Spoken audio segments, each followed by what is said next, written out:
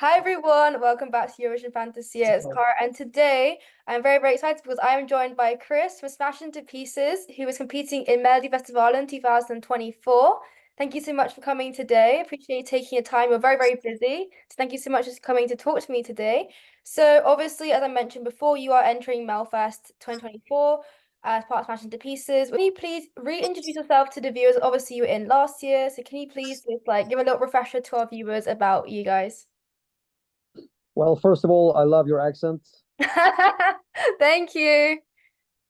Second of all, I have a green screen here, so I'm not a real person. Okay. No, I'm just kidding. You're a robot. Well, um, I'm Chris Adam from Smashing the Pieces, as you introduced me. I'm gonna be in Melodifestivalen for the second time, Mhm. and this time we go twice as big. So Okay. Okay. things really went really well the last time, and so we got the taste, so to speak. So we wanted to be in this again. Thanks. So obviously you were last year. Your song last year was called 6 Feet Under. You guys came third in the final. What made you decide to come back and also come back like so soon after last year? I mean, the success we had last year with 6 Feet Under was like totally mind blowing. We didn't really believe that the journey we was on was going to be that big, Hmm. especially here in Sweden, and especially now when Loreen won the whole thing and we Yeah. came third place with her as a com compete. How do you say, like, Competitor. Competitor. competitor? Yeah. Yeah.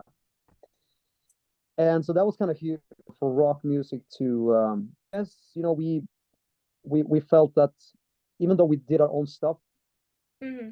we did our own stuff, and people seem to like it. So here Hmm. we are. We had the right song, and we felt that if we don't have the right song for the next time, Yeah. we're probably not going to do this. But Okay. we got the right song, like in the last moment, Hmm. and then we just, went went Amazing. along with it. That's so great. But anyways, what have you guys been up to since last year? So and it's only been like 9 months since the final, but what have you been doing since then? Well, I guess the list for things we have not done is Mhm. shorter Okay. than the list Wow. that we have done. Hmm. So because we have been touring like crazy, Oh, I've been away hmm. from home for like 200 days. Oh, wow. And as I told you, the whole success with the 6 Feet Under, especially here in Sweden, before Mello, we were not really big here in our home country, but now it's like a huge thing. And so we had like two big Swedish tours Hmm. before we went out in Europe and the US and Hmm. stuff like that. So yeah, we kind of added two more tours than we two more tours than like previous before Mellow, like the regulars, you Hmm. know, how do you say, uh, schedule we had, Okay. you know. That's actually kind of So that's crazy. It's actually crazy. yeah, so we're trying to please the fans with, you know, making music and try to release stuff, So it's like, Hmm. even though you're not on tour, Hmm. you're always like down here, for example, here in our studio, Yeah. Hi, studio. making music. So yeah, it's crazy. It's a crazy life. That sounds very crazy. But anyways, let's talk about a bit about your song. It's called Heroes Are Calling. So I noticed that a lot of the songwriters who were on the song last year, 6 Feet Under, are also on Heroes Are Calling. Did you Yeah, it's the same team actually. Yeah. so is it gonna be like a similar vibe to 6 Feet Under? Like what is the song about exactly? Obviously we haven't heard it yet. It comes out like next week. What can we expect from the song when we hear it? I guess this song this time is more of a sing-along song right away, I Okay. guess. And the Okay. whole story behind the song is more band, I should say. We've done this for 15 years, and even though we have, ups and downs, we just the only way is through, if you know what I'm saying. So Yeah. that's the whole mentality we have. So this song is basically about listening to your inner voice. That's the hero Yeah. inside of all of us, if you ask yourself a question, usually you have the right answer right away. Yeah, yeah. I mean, I was gonna say, is it like is the sound quite similar to 6 Feet Under? Like a similar sound? I mean, I guess so, but I wouldn't really, I don't really want to compare it because it's Okay. still like, Still, it's the Smash sound. mhm. It's more direct, I should Okay. say. Okay. Yeah, Very yeah. interesting. So let's talk a little bit more about Melfest now. So Melfest, the heat is coming up on the third of February. Third, yeah. 3rd of February, yeah. It's the same day as some other countries like finals as well. So I'm gonna be in Norway for that. But can you tell us anything like any details on the performance itself? So anything on the staging, the costumes, anything we can expect to see when you're actually performing it? Well, this time the budget has increased. Okay. That's the Okay. that's the thing I can say Okay. about the whole. That's why I said like we're gonna go twice as Mm-hmm. big, and the money is twice as big also Oh invested wow. in this. So Yeah. hopefully it's gonna be twice as good then. I mean, That's what we're hoping for. I mean, So, last year it was amazing. I loved the staging. I loved the song. It was so good. And if it's twice as good, I actually don't know how that's gonna be incredible. It's but all did you like it though? Did you like it though as I like your? Did you like it as much as I like your dialect, or how do you probably. say? I think I so. like your. I think so. I You think mean, so? Okay, yeah, yeah, 'cause that was good. 6 Feet Under was on my on repeat for like months and months and months and months and months on Spotify. I was Cool. listening to it. But yeah. That's really cool. Anyways, I love it. I love it. And anyways, Melfest this year, it's basically like a Melfest All Stars kind of competition. It's like the lineup is so incredibly strong, and so many artists from like recent years, a few years ago, all trying to come back and go to Eurovision. What's it like basically being a part of this incredible lineup? And also, you guys are currently leading the odds to qualify from your semi-final or your heat into the final. I mean, the first time we went into Mellow, the whole mentality of Smashing the Pieces was to have fun Mhm. and not to compete. Just to have this showcase what Smashing the Pieces is all about. So, and my experiences with the last time was that it was exactly that. It was like we really focused on our own stuff, and we really enjoyed, hanging around with all those great like-minded people, like artists, and this high-end production. It's a really costly thing, Mhm. and they're really putting in the money into this whole show, and you can really feel that when you're there. Yeah. And it's a magical thing to be a part of. So we're not really competing. Okay. We're always competing with ourselves, like Mm. all the time. So Interesting. we don't really see people or bands or artists as a threat. So more like an inspiration, and just to yeah, I guess that's my answer. Yeah. And I guess that's the whole thing with life in general, that you really need to compete with yourself and face your fears and to look forward, and you Yeah. know I love that. That's actually a really great answer. I've never really heard that sort of thing before when asking that question, but it's great. But anyway, let's just move on to the future. Let's talk about, say this is March and you have been announced as the winner of Melodifestivalen and you get the chance to represent Sweden, but also you get to represent Sweden on home ground, so in Malmo. What would it mean for you to represent Sweden like on home ground and with also a rock song rather than what Sweden usually sends, which is more pop songs? that would be like Michael Jackson big thing Mhm. happened. Yeah. That would be like the ultimate, because this is the biggest music competition in the world, Yeah. I guess. I think. And yeah, well, every time I get that question, I'm a little bit like, it's really hard to say, but it would be an honor, of course, Mhm. to win, the whole Swedish Mellow, and then go to finals, and probably a bit. Um, I guess if that would be the case, Mhm. then, I would feel that I can do everything in the world Hmm. and not be scared. I just need now to focus on coming to the final in Sweden first. First of all, you got to get through the heat, and I did look earlier at the odds. They have odds for the Smellfest, and you are leading the odds right now for the qualifying straight to the final, which is really, really exciting. Really?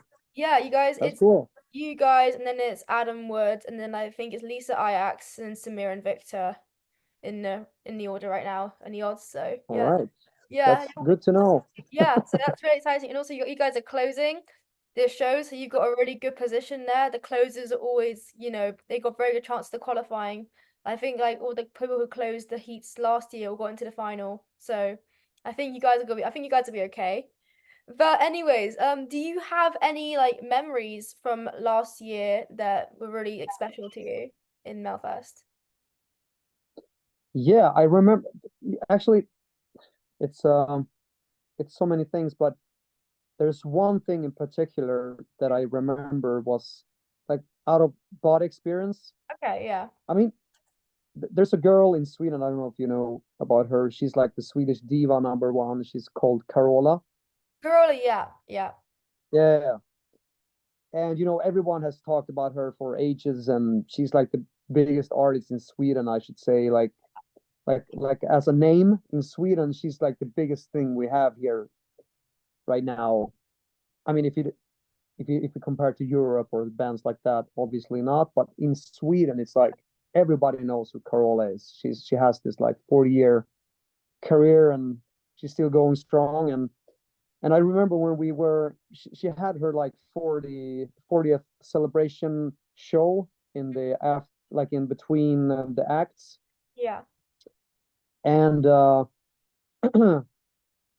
like we went to the. She actually came into our dressing room because she likes rock music and she Okay. likes especially Hmm. rock guys, if you know what I'm saying. Yeah. And she went into our dressing room. She was really nice. She wanted to take pictures and all that. And then afterwards, when we got to the finals on the after party on the delfinalen, like Yeah. the deltävling, Hmm. she invited us to her table, and I was like, "What the fuck is going on?" I'm just Chris Adam. It's like, and she wanted to hang with us, and she was talking with us, and she was just like, it felt like we were friends. It's Yeah. a bit weird when you have looked up to her since you were a kid, and your parents has always looked up to her, and Yeah.